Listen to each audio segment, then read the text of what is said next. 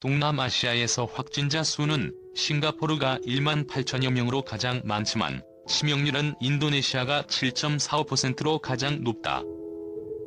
인도네시아에서는 다양한 지역에서 집단 감염이 발생하고 있다. 가령 필립 모리스 담배 회사가 소유한 동자바주 수라바야의 삼포르나 담배 공장에서는 63명의 근로자가 코로나19 양성 판정을 받았고 2명이 지난달 24일 사망했다. 인도네시아 정부 코로나19 신속 대응팀을 지휘하는 도니 모나르도 국가재난방지청 청장은 이날 백신이 나와야 코로나 바이러스로부터 완전히 해방될 것이라고 말했다. 그는 관계 장관들은 조코 위도도 대통령께 백신과 치료제가 나올 때까지는 코로나19로부터 자유로울 수 없다고 보고했다. 예전처럼 정상적인 삶으로 돌아가려면 오랜 시간이 걸릴 것이라고 덧붙였다. 앞서 조코위 대통령은 오는 6월부터 코로나19 확산세가 꺾여 7월에는 일상생활로 돌아가길 희망한다고 밝혔다. 인도네시아 정부는 코로나 사태 완전 종식까지 시간이 걸리겠지만 지속해서 경제, 사회 활동을 제한할 경우 폭동 가능성이 있기에 고민이 크다. 한국과 인도네시아의 방호복 공동 생산이 양국의 새로운 협력 모범이 되고 있다. 현지 경제를 주무르는 중국계를 제치는가 하면 인도네시아를 선점한 일본은 우리 방식을 그대로 본뜨고 있다. 민관의 노력이 어우러진 결과다. 20일 인도네시아 주재 한국 대사관과 한인 사회에 따르면 최근 한인 봉제업체들이 인도네시아 정부로부터 잇따라 방호복 생산 및 유통 허가를 따내고 있다.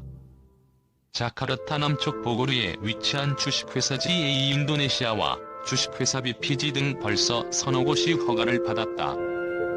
업체 관계자는 보통 한 달 넘게 걸리는 서류 작업들이 단 하루 만에 해결되는 기적을 경험했다고 말했다. 이런 분위기에 발맞춰 신종 코로나 바이러스 감염증 확산 여파로 주문 물량 취소와 지불 중단에 시달리던 한인 봉제업체들은 속속 방호복 생산에 나서고 있다. 인도네시아 정부는 그간 방호복 생산 기지로 한국과 중국 업체들을 저울질했다. 결국 한국산 방호복의 우수한 품질, 현지인 50만 명을 고용하고 있는 인도네시아 진출 한인 봉제업체 300곳의 친화력과 저력을 높이 평가한 것으로 보인다.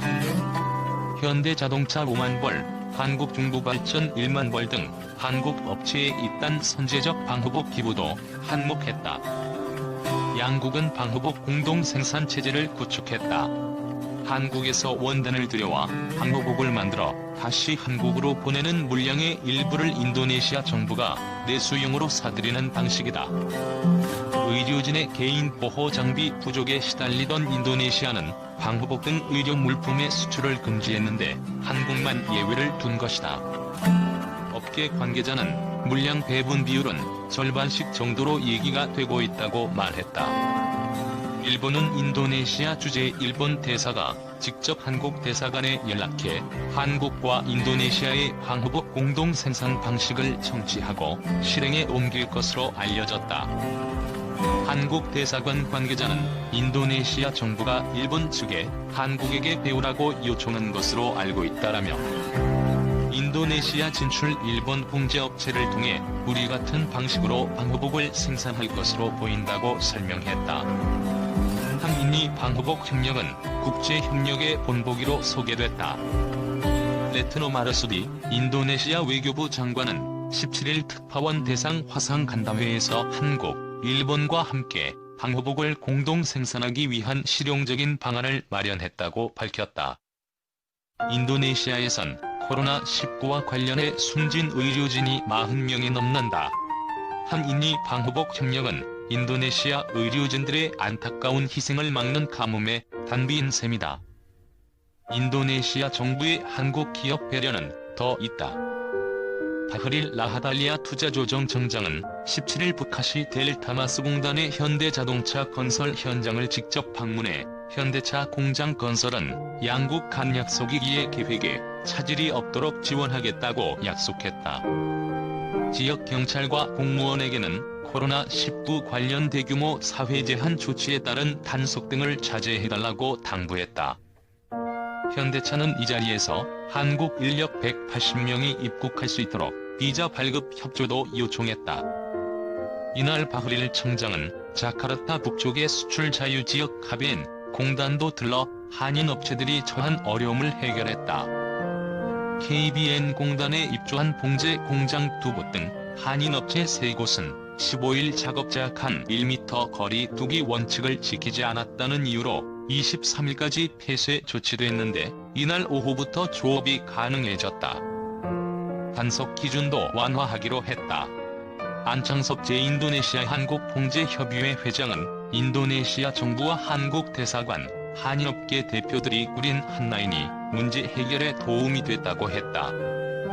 박재한 제 인도네시아 한인 회장은 비옷을 입고 환자들을 돌볼 정도로 열악한 인도네시아 의료 현실이 소개된 뒤 차근차근 진행된 양국의 협력이 결실을 맺고 있다라며 어려울 때 서로 돕는 진정한 우정을 양국이 보여주고 있다고 말했다.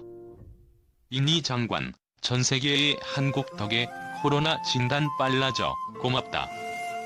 인도네시아 정부가 해외 각국 특파원들 앞에서 한국의 감사를 표했다. 한국으로부터 신종 코로나 바이러스 감염증 진단 장비를 지원받아 신속한 검사가 이루어지고 있다는 것이다. 며칠 전에는 한국과의 방호복 공동 생산을 국제협력의 본보기로 언급한 바 있다.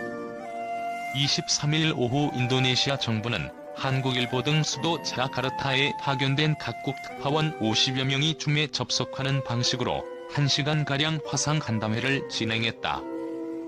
16일에 이어 두 번째 특파원 화상간담회다.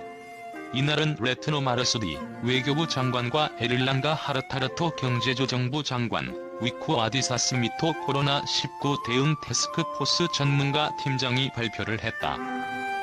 레트노 장관은 현재 인도네시아 정부는 대규모 검사, 추적, 격리 등 3가지 노력을 하고 있다라며 특히 검사 속도를 높이기 위해 노력하고 있는데 이제 하루에 1만 2천 건 검사가 가능해졌다고 말했다. 그러면서 진단 장비를 제공한 한국 덕분이라고 강조했다. 한국 정부의 감사의 마음을 전한다는 말도 잊지 않았다. 앞서 16일 특파원 화상간담회에서 레트노 장관은 14일 아세안 플러스 3 특별 화상정상회의에서 많은 합의가 이루어졌다라며 특히 한국, 일본과 함께 방호복을 공동 생산하기 위한 실용적인 방안을 마련했다고 밝힌 바 있다. 한국을 코로나19 국제협력의 모범으로 띄운 것이다. 양국이 구축한 방호복 공동 생산체제는 한국에서 원단을 들여와 현지 한인 업체가 방호복을 만들어 다시 한국으로 보내는 물량의 일부를 인도네시아 정부가 내수용으로 사들이는 방식이다. 의료진의 개인 보호 장비 부족에 시달리던 인도네시아는 방호복 등 의료 물품의 수출을 금지했는데 한국만 예외를 둔 것이다. 일본도 뒤늦게 우리 방식을 따라하고 있다. 에를랑가 장관은 인도네시아 수출은 지난해 3월보다 늘었고 루피아 가치도 안정되고 있다라며 경제 상황을 설명했다. 이어 빈민층에게 숨바코 제공, 전기료 할인, 중소기업 지원 대책 등 정부 부양책을 소개했다. 그는 거의 2천만 가구에 혜택이 돌아갈 것이라고 덧붙였다. 위쿠 팀장은 검사 방식 개선책 등을 설명했다.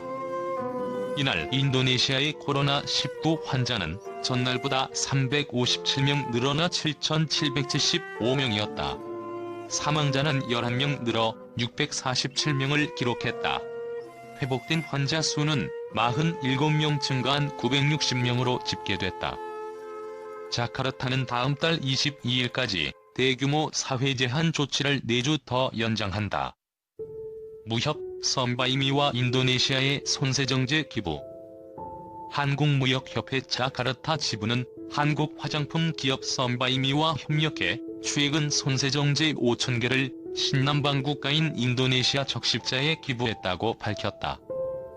선바이미는 천연 성분을 활용한 스킨케어, 세안제 등 화장품을 만드는 기업으로 주로 인도네시아 등 신남방 지역에 수출하고 있으며 최근에는 현지 유명 인사들이 제품을 소개하면서 널리 알려졌다. 선바이미는 코로나19의 확산으로 어려움을 겪는 인도네시아에 도움을 주고자 지난 3월 말 무역협회 본사에 기부 의사를 전해왔다.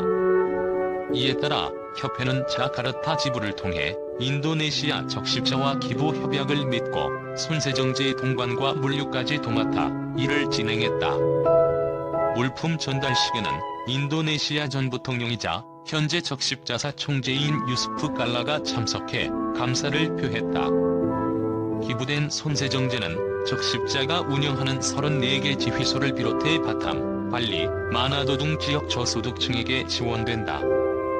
이재은 선바이미 대표는 이번 기부는 제품 홍보를 위해서가 아니라 순수하게 코로나19 확산 방지에 도움을 주고자 한 것이라며 우리 손소독제가 인도네시아의 전염병 위기 극복에 조금이나마 도움이 되기를 바란다고 강조했다. 조하키 무역협회 국제사업본부장은 많은 기업이 코로나19로 어려움을 겪고 있지만 진단키트, 방호복, 식음료 등을 기부하면서 사회적 책임을 다하는 기업도 많다면서 우리 기업들이 해외 현지 국민들에게 따뜻한 손을 내미는 모습은 한국의 이미지 상승에도 크게 기여할 것이라고 말했다.